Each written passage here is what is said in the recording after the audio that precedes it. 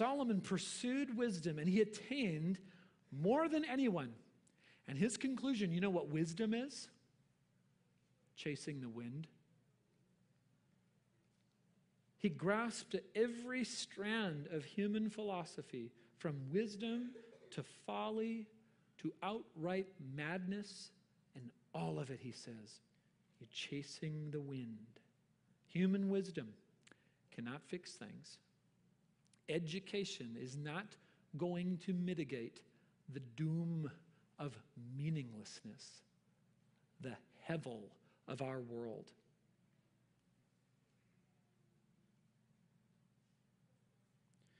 There are many different flavors of secularism, but all of them hold a few things in common.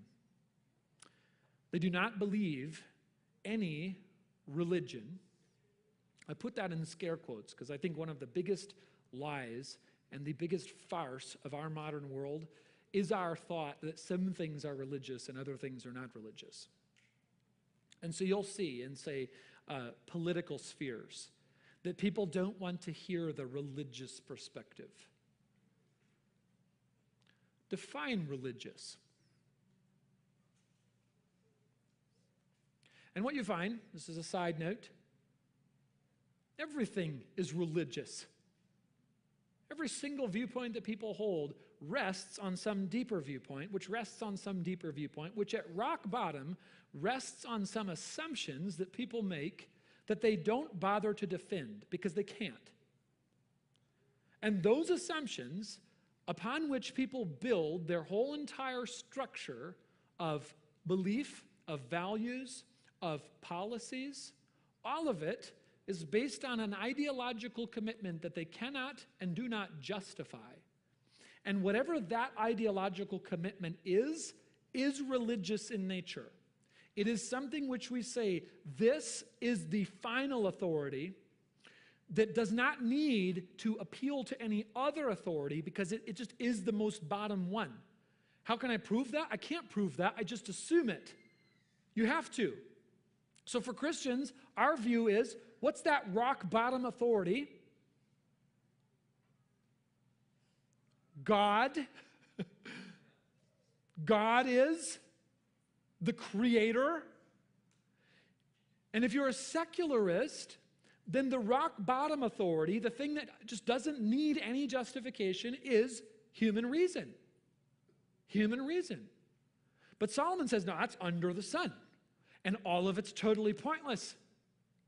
And all secularism, whatever systems you want to talk about, if you talk about, say, economic systems, you might say, like secularistic capitalism or communism or socialism or any of the isms, to the extent that their rock bottom authority is human reason, they are all the same.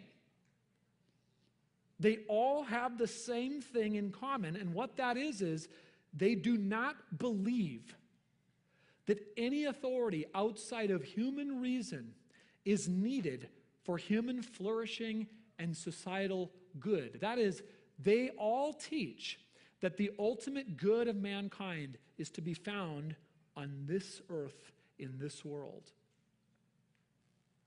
And every single one of them, therefore, seeks to create, however they define it, a utopia of human design. So classical Marxism, for example, thought the problem of humanity was fundamentally class division and class oppression down economic lines.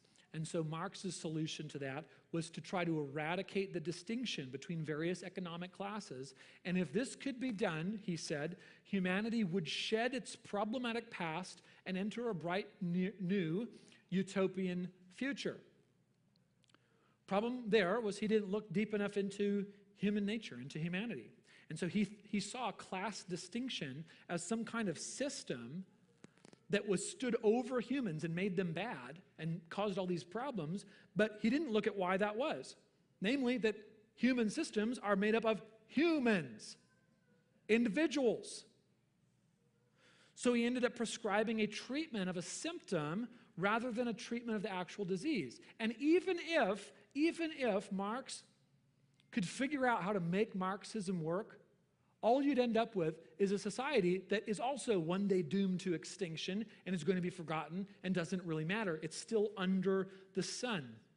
Today, various critical theories and movements have picked up the basic structure of Marxism, and they've applied it not to economic class, but to a variety of other spheres in which they see oppression, right? So maybe the sphere of sex and gender oppression, so radical feminism, or the LGBTQ, all of the things there, right, movement, or the critical race theory, or now the body positivity movement. Like all of these basically have in common the idea that they see the ultimate problem for humanity as a this world problem. And so they prescribe a this world solution, and they treat only a symptom, not the actual problem. And they try to create a utopia apart from God. But says the teacher, this still leaves you, it's chasing the wind. It's meaningless. And more to the point, he says no one can actually fix what is wrong in our world. Verse 15, he says, what is crooked cannot be made straight, and what is lacking cannot be counted. Now later in Ecclesiastes, he's going to use this same language to speak about God. God is the one who has made something crooked. In chapter 7, verse 13, he says, consider the work of God. Who can make straight what he has made crooked? And so what is Solomon really talking about then? In Genesis 3, human beings rebel against God, and he pronounces upon them judgment on the sin of the serpent, on the sin of the humans, and as a consequence, the world has been made crooked. And absolutely nothing that we can do in our own steam is going to make straight what God has made crooked. This is a deep and abiding problem that humanity will never solve on its own steam. Wow. It's a doozy.